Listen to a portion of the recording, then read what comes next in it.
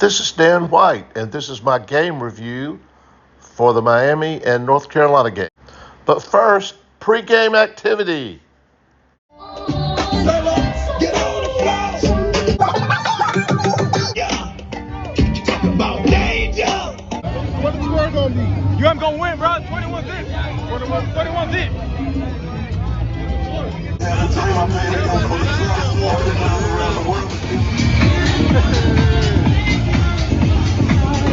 They call Dad. I punished them that said it before they could call Chad. Let's go.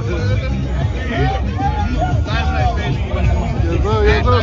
Hey, what the score gonna be? Hey, I'm gonna say 30-17. Let's go, Canes. What you got? What you got? We got 48-32 Canes, baby. All right. What's the score? What you gonna do? 27-14 Canes.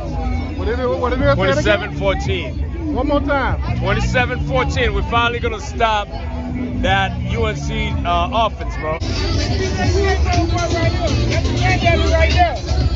DJ Slade. That's the granddaddy. That's the old one. We all family out there. That's 20-10. Say it again. 20-10. 20-10. Okay. Today, I'm saying 35-27, King. 35-20. Okay. You know what time it is? Yo, what the score gonna be, man? Hey. Canes by 14. That's all I gotta say. All right. Pick up the people there. You already know it. UNC over Miami, 38-21. Miami today, I'm going 31-24 Miami. Okay. I think TBD's gonna have a big game and they're gonna get it done, and you know our defense is gonna take care of Drake May and the Tar Heel offense. Okay. All right. Yes, sir. 32-15, let's go. 32-15, all right, bet. Yes, sir. What score gonna be? 35-21. 35-21. Oh, score though. What's the score gonna be? Today. It's gonna be a close game. It's gonna come down to a field goal. Field goal? 28-27 Miami. All right, bet. What's good, man? Hey, what you think the score gonna be, my guy? 32-0. 32-0. Hey, I'll take that. Hey, you raised them right, man. You already know. Yes, sir. Life, baby. Canes for life. All right, mama. Hey, what the score gonna be, man? 35-21. 35-21. Let me see the hat. You already know what represents, baby. All Hey, about that's- you, baby. That's that breast cancer awareness, man. Miami handing out them breast cancer awareness. Oh, yes. Yes, sir.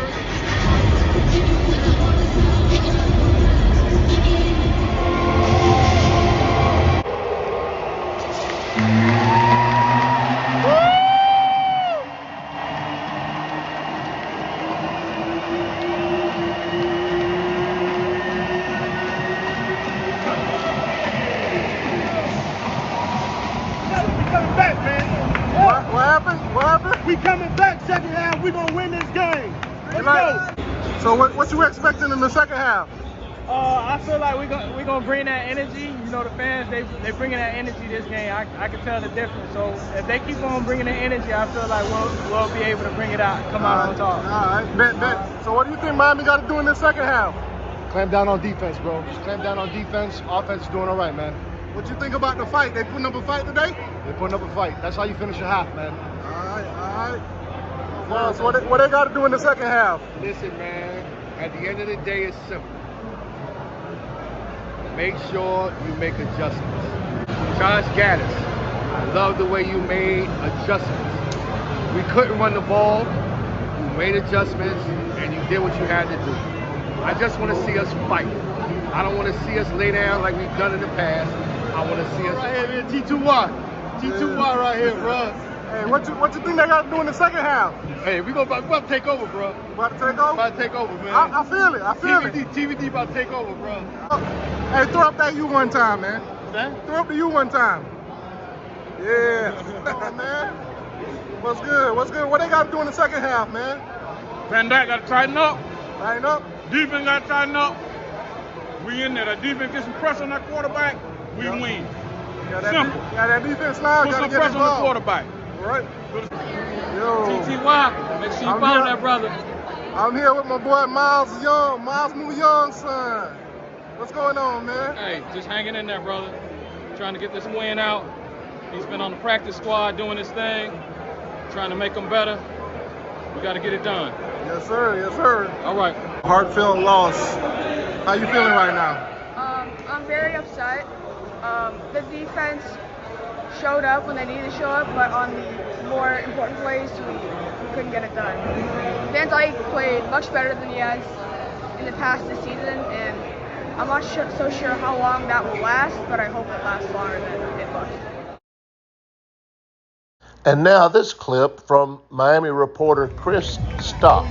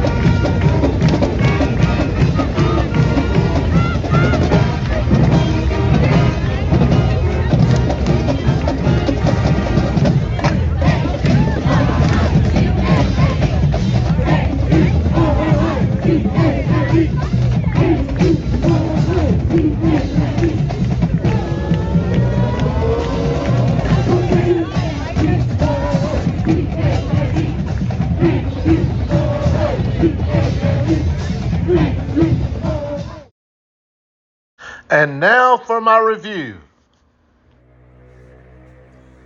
This is Dan White coming to you from my front yard studio in Appling, Georgia. It's a beautiful, beautiful fall day here in Appling. This is my review of the Miami and North Carolina game played at Hard Rock Stadium in Miami Gardens on October the 8th, 2022. I'll have clips from the game as well as from Coach Mario Cristobal's post-game press conference, along with clips from North Carolina coach Mack Brown and what he had to say about the game. Oh, I had high hopes for a Miami victory. The Canes were favored by 3 points over North Carolina, but instead, for the second consecutive year, they lost, and they dropped to a 2-3 record. The last time that happened in back-to-back years was way back yonder in 1978 and 79. I don't see much hope for this season to reach my or your expectations. I had predicted that Miami would go 10-2, and at the worst, 9-3. So, since it hasn't lived up to our expectations, patience is our only choice, especially the coaches. We have to be patient with them. The question is, will Miami salvage the remainder of this season, or will the season end up on the scrap heap where so many Miami seasons have piled up before? We will need patience to wait and see. Now, there's no quick fix for this mess that Mario inherited. He inherited a lot of problems, and this is not a real good team. You are all, like me, real fans. And don't give up on the team and coaches after 3 miserable games. Now, after 2 seasons, if we are still mired in the mud, yeah, I can see giving up hope for a better future. But I will remain a Canes fan no matter what. How about you? Fans that don't remain through the thick and the thin, especially during these lean times, are simply fair weather fans. I had said in my previous video that Miami needed to jump out in front of North Carolina, keep the hammer down, eat up the clock with a running game, make consistent first downs, score in the red zone, avoid the big plays that Carolina is known for because of North Carolina's quick strike air raid attack, and avoid stupid penalties.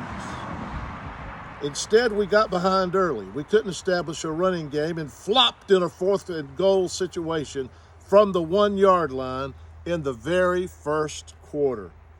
North Carolina took over at their 1-yard line and began their march of destruction like Sherman's march from Chattanooga to Atlanta.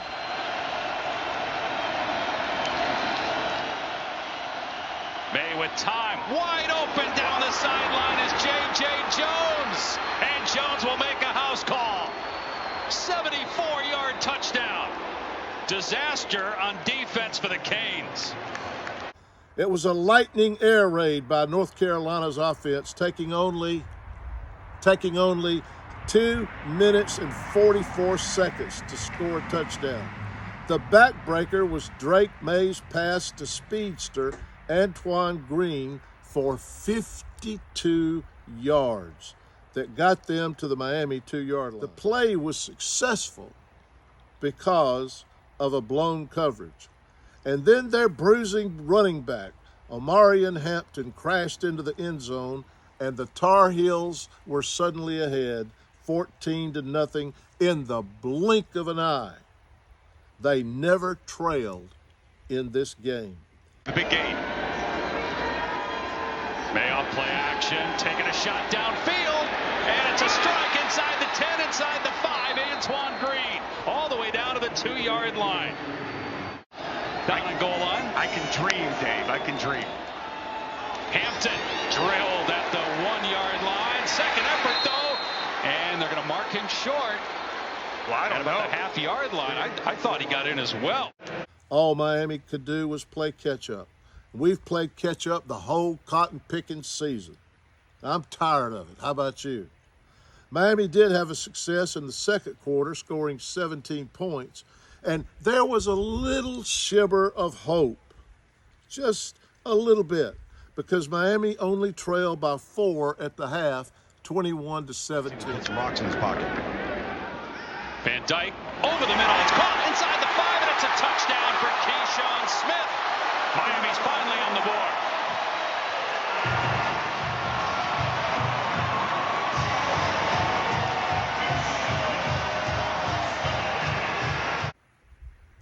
Our defense held Carolina. Now get this. Our defense held Carolina to their lowest point total of the season so far.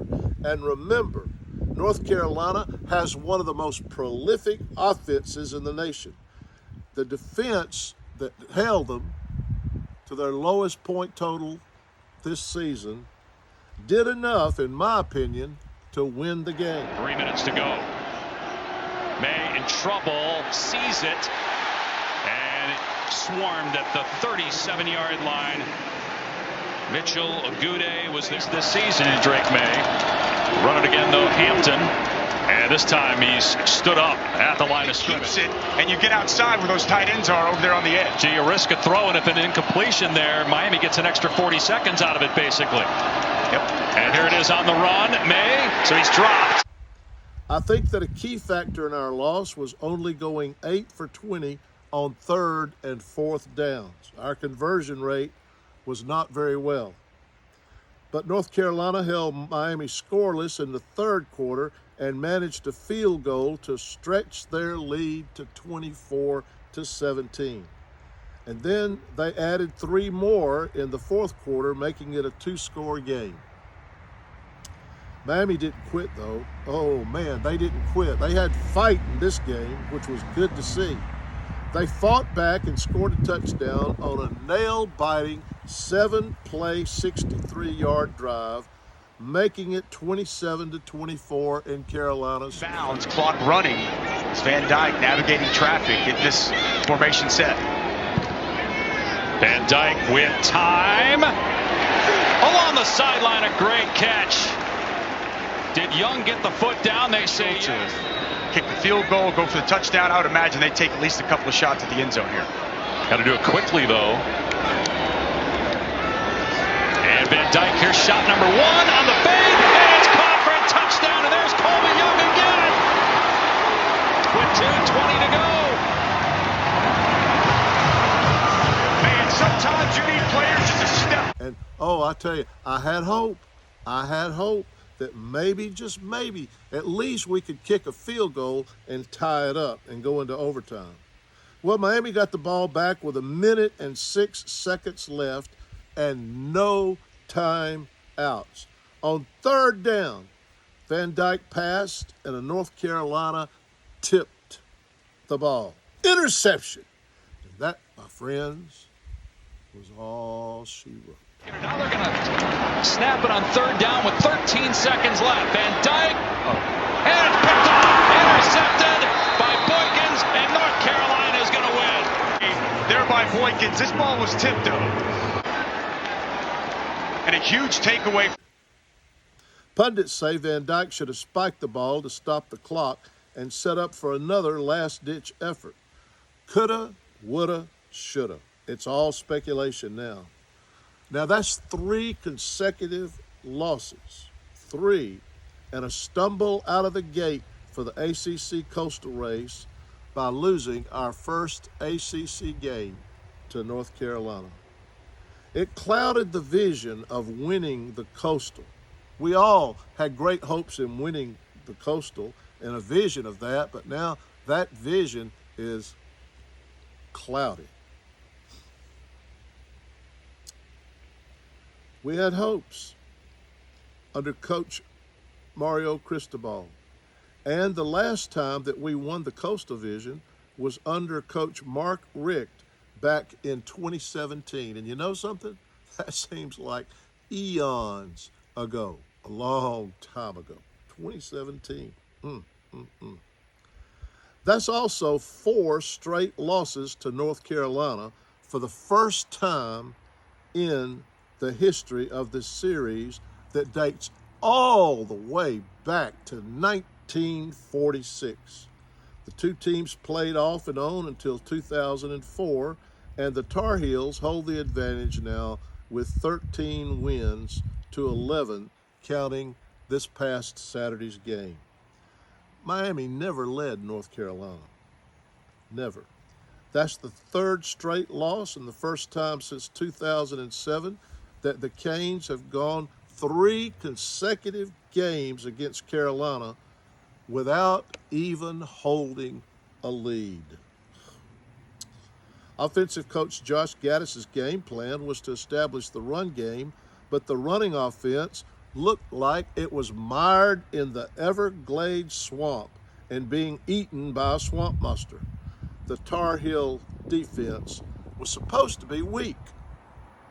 They were ranked 111th nationally on defense against the rush and 123rd in total defense. But against Miami, their defense looked like the old Minnesota Purple People Eaters. defense of the 1970s. Our pitiful run game only managed, and this is a shame to say this, our pitiful run game only managed 42 yards on 24 attempts for a paltry 1.8 yard average per rush. Our offensive line has been decimated by injuries. We were already without left tackle Zion Nelson. Left tackle is the most important position on the offense because he protects the quarterback's blind side when he drops back to pass. Then, misery upon misery, we lost 3-star veteran center Ja'Kiah Clark and 2-star right guard Justice Oluwaseun on back-to-back plays. With those two linemen out, running the ball was a challenge, to say the least. And our backs looked like they were simply running in place and getting smashed to the ground. Also, 6'4" and 234-pound tight end Elijah Arroyo suffered a severe injury and had to leave the game. But the positive is that the offensive line did not, our patched up offensive line did not give up any sacks. The 2 sacks were credited to Henry Parrish and Jalen Knighton. They did not pass protect well. Now, Tyler Van Dyke attempted a 1-yard pass that went incomplete, and Miami turned the ball over on downs. We had 2 turnovers. One was a costly fumble. Bring the tight end in motion. Knighton gets the call, and he fumbles the ball. He got the first down, and then he coughed it up, and it's recovered by Gio Biggers of North Carolina. And the other was an interception with time expiring. Gotta get out. Poor job by Skinner. Now they're going to snap it on 3rd down with 13 seconds left. Van Dyke, and it's picked off. Intercepted by Boykins, and North Carolina is going to win. Mario's goal was to have no turnovers. But on the plus side, we got some good news here. TVD had the best game of his career passing for an astonishing 496 yards. That's his best. Just needs to put some rocks in his pocket. Van Dyke over the middle. It's caught inside the 5, and it's a touchdown for Keyshawn Smith. Miami's finally on the board. Another place was only having 3 penalties for 48 yards. That was another of Mario's goals, to have no penalties. Well, we can say mission almost accomplished. 3 penalties, 48 yards. And the coaches, finally, man, I was wondering where they were hiding this guy. Our coaches finally used wide receiver transfer from Lackawanna, Pennsylvania Junior College in the 4th quarter. He had 3 catches for 43 yards and a touchdown. We have to see more of wide receiver Colby Young. He is 6'5" and 215 pounds. And I do hope and pray that we'll see more of him this Saturday against Virginia Tech and on down through the rest of the season. On defense, North Carolina had 2 touchdown drives of 99 yards and 95 yards. That was the first time Carolina has done that since August of 2019 when they upset South Carolina. On the positive side, our defense had 5 sacks and 9 tackles for loss. If you ask me, that's pretty darn good. 3 minutes to go. May in trouble, sees it, and it swarmed at the 37-yard line. Mitchell Agude was there first. It was the execution issues on our offense on 3rd and 4th downs that cost us this game. Holding North Carolina under 30 points was the first time that's been accomplished this season. Let me repeat that. Holding North Carolina under 30 points was the first time that's been accomplished this season. And that really was good enough to win. The problems were that Miami is having are very fixable. And I have confidence that our outstanding coaches and players will get it fixed.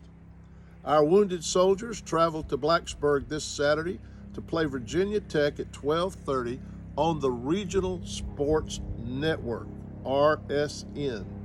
Most cable companies offer RSN, and you'll need to check to see if yours will carry this game. Now, looking at the Virginia Hokies, Virginia Tech Hokies, they're having a worse season than our Canes. They only have wins over Boston College, 27-10, and Wofford, 27-7. Wofford is in Spartanburg, South Carolina, and competes in the football subdivision. Poor old Wofford. They haven't won a game this season. Now, Old Dominion beat Virginia Tech 20-17. Incredibly, the ESPN matchup predictor has Miami at a 78.4% chance of winning. And believe it or not, this is pretty incredible. I wish we could get this kind of support at Hard Rock. Believe it or not, 66,000 seat Lane Stadium is sold out for this game. Well, this game between Virginia Tech and Miami, I guess you could call this game the Bummer Bowl. Nevertheless, I'm cheering for my Hurricanes, as I always do. Go Canes! I'll have my review for the Virginia Tech game posted on YouTube by the middle of this week. As always, thank you for watching. We'll hear from North Carolina coach Mack Brown first. Obviously very excited about the win. I have to congratulate Miami. It's amazing how young people fight so hard to win a football game. And I've often said whoever made scoreboards in some cases didn't make it fair, because Miami didn't lose the game. They just ran out of time. It was that kind of game. And both teams played so hard. It's probably two even teams as you look at it, two great quarterbacks with a lot of skill. Neither one running the ball as much as they would like. And defenses that really stepped up and played well the second half. I was really, really proud of our defense. Proud of the goal line stand.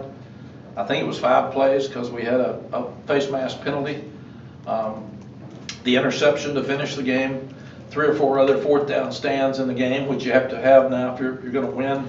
A strip fumble as they were going in to score. So the defense played in the second half like we've been wanting them to for an entire game.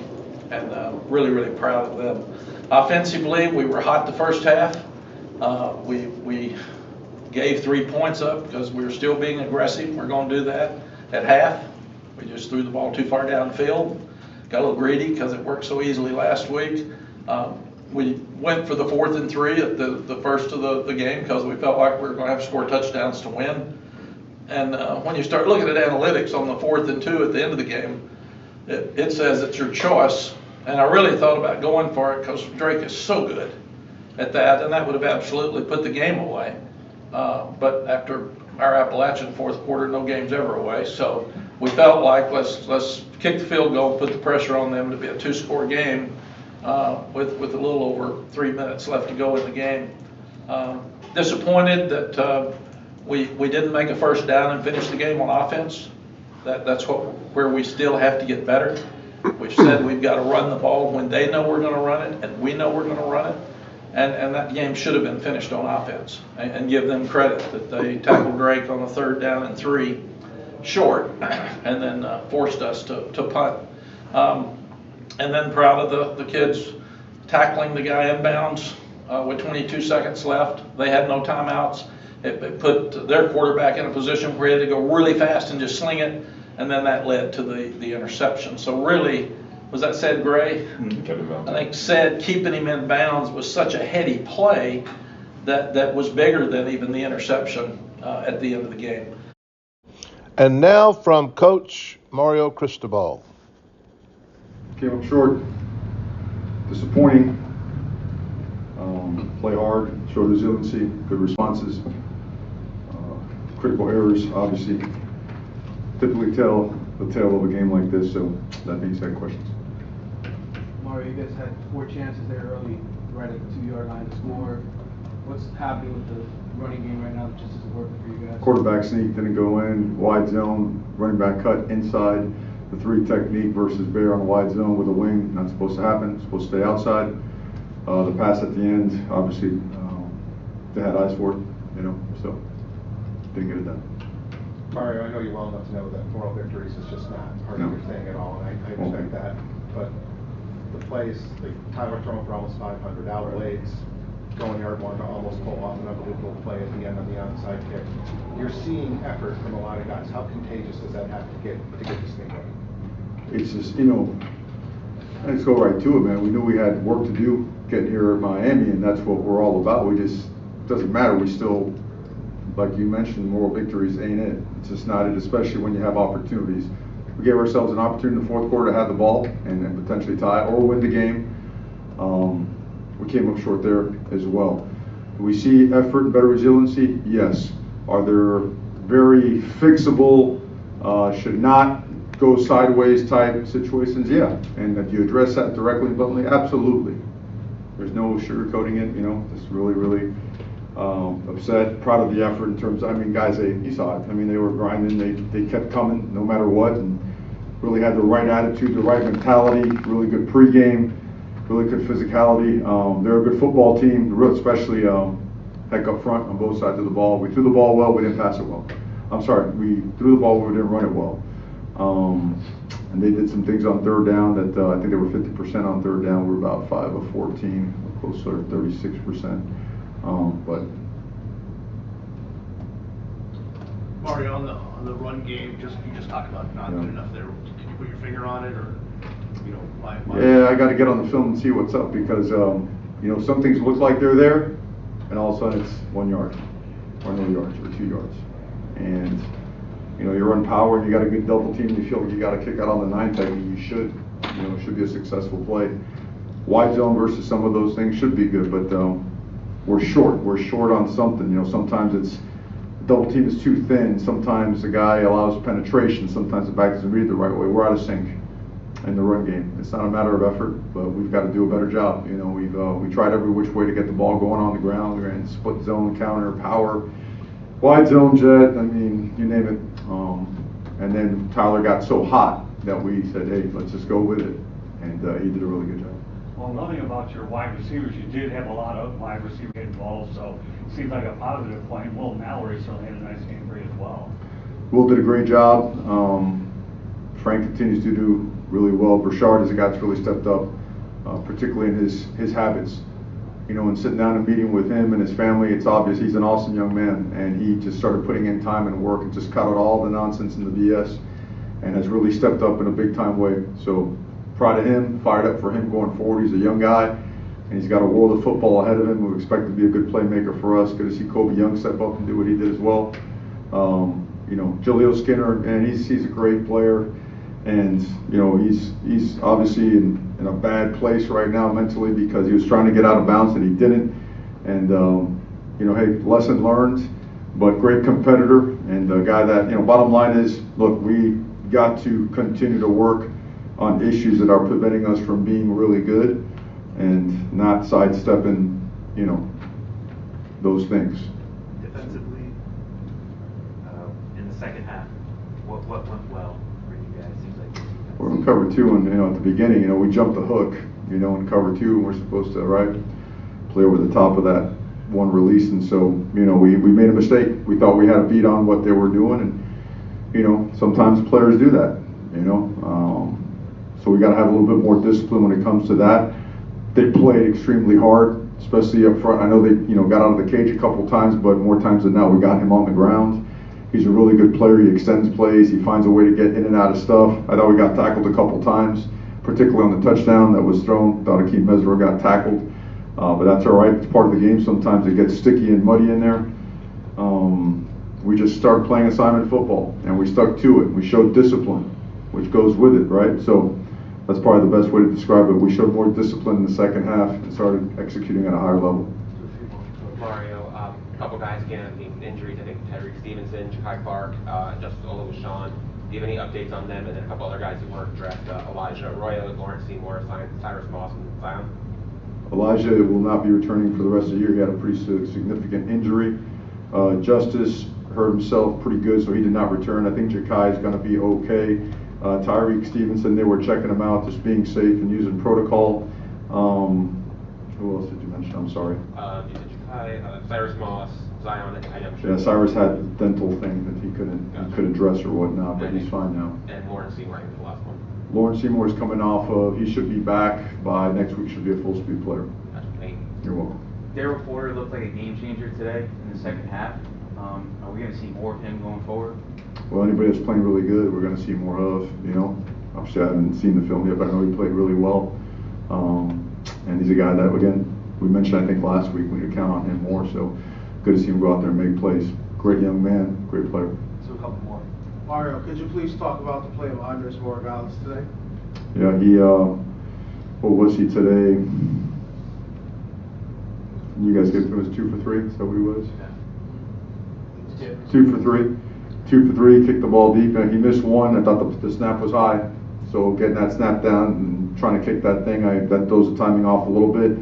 He's always been excellent. He's been really good. I thought his onside kick was on point. We stepped out of bounds. We're not supposed to do that. We're supposed to stay on the field of play. Unless we get pushed out of bounds, we'll have to look at that on film. And he's been accountable the entire year. I'm sure he would like to have that one back. Mario, the 1987 team was honored this weekend. Right. Your memories and thoughts on that when you were a senior? Well, they're one of the reasons I came to Miami, yes, sir. They're one of the reasons I came here. I mean, I've been watching Miami football since I was, since I can remember, and going to the Orange Bowl. And look, man, it's why we're here. It's why we're here, and we're all about it. We're all about the work and the lumps that come with it, and it stinks and it's painful to deal with. But you know what? That's what we're here for, and gladly ready for whatever comes with it to make sure we get back to a certain level, and that's what we're going to do. So, obviously, and I appreciate you guys being here. We're right back to work. Thanks so much for watching, and go Canes!